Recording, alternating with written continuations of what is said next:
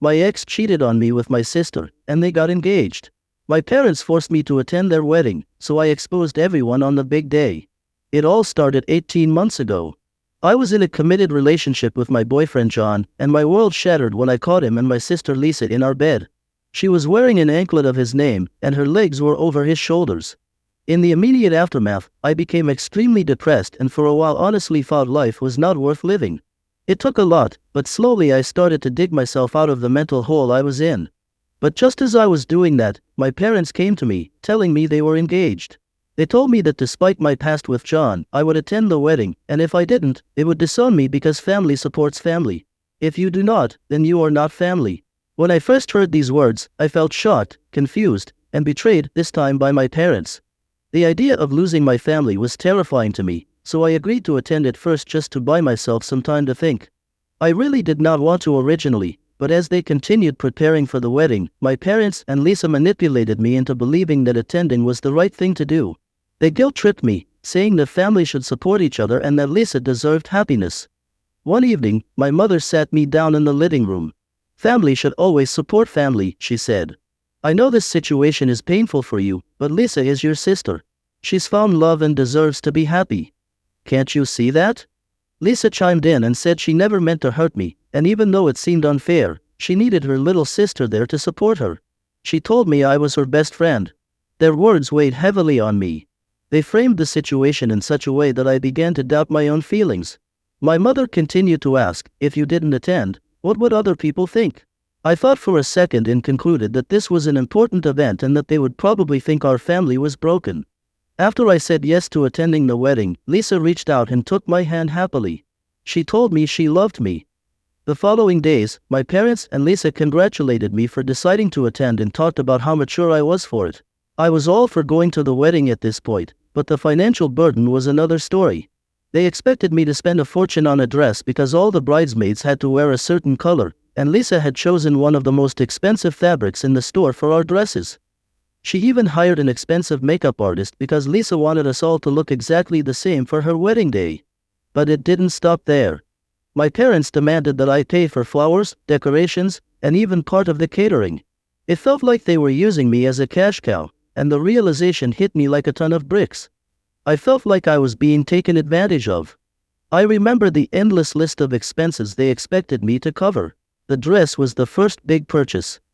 They said it had to be perfect, that I had to look my best. The dress alone cost a small fortune, but I paid for it, thinking it was a necessary sacrifice. Then there were the makeup and hair appointments. They said I had to look flawless, that it was a reflection of our family. Each appointment drained my bank account a little more. The preparations for the wedding were a nightmare.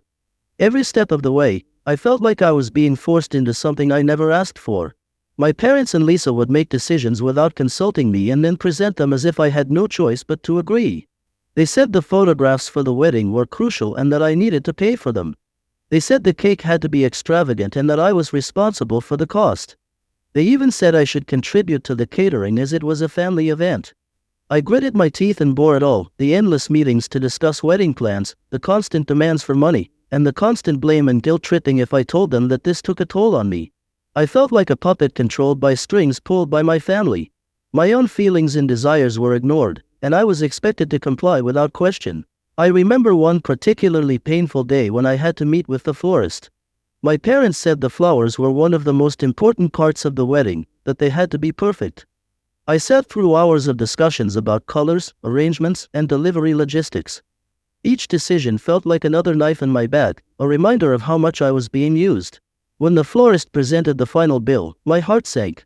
It was a crazy amount, and my parents said I had to pay for it. They said it was my duty as the sister of the bride. I also had to attend numerous dress fittings with Lisa.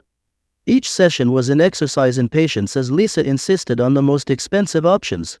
She said she wanted me to look stunning, that it was important for the photos. I knew it was more about her image than my appearance. Every time I tried to voice my concerns about the costs, I was met with accusations of selfishness. They said I was making it all about me, that I couldn't stand to see Lisa happy. The manipulation was constant, and I began to feel like I was losing my mind. I sat in my bed one night tallying up the expenses. I realized how much I was being forced to pay for a wedding that wasn't even mine. I decided I had had enough. I would go through with the wedding preparations, but if I was going to pay for all of it, I would make them pay for what they did to me. I planned to ruin their special day in the most spectacular way possible. It was 2 weeks before the wedding when Lisa approached me with a request that caught me off guard. She found me in the kitchen, sipping on a cup of tea.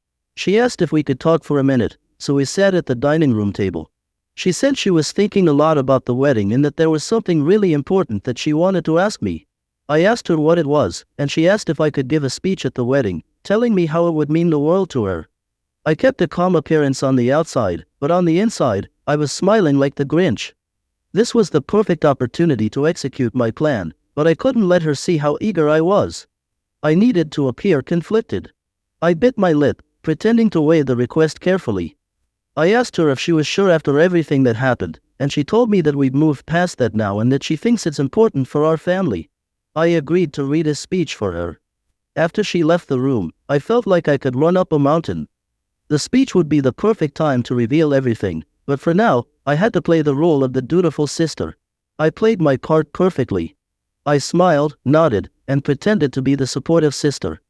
I paid for everything they asked, gritted my teeth through every interaction, and kept my plan a secret. The night before the wedding, I sat down and wrote a letter detailing everything that had happened. I poured my heart out, explaining how I had been manipulated, how much money I had spent, and how deeply they had hurt me.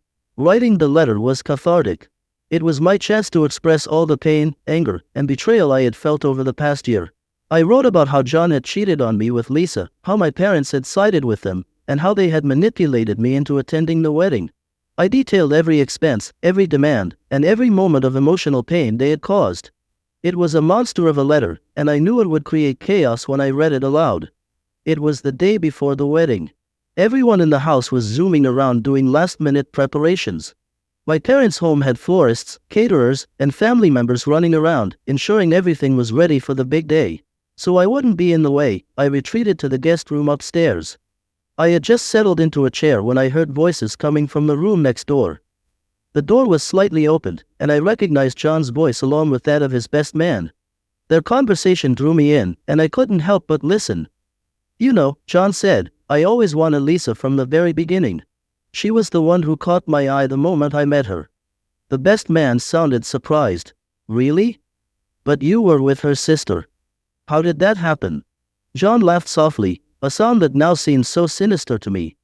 "Yeah, I was with her sister at first because Lisa wasn't interested in me. Back then, I thought getting close to her family would make her see me differently." There was a pause filled with the muffled sounds of wedding preparations outside. The best man spoke again. "That sounds pretty messed up, man. So all this time, you were just waiting for a chance with Lisa?" John's voice grew more serious. "Look, I didn't plan for it to happen this way, but when Lisa finally showed some interest, I couldn't resist.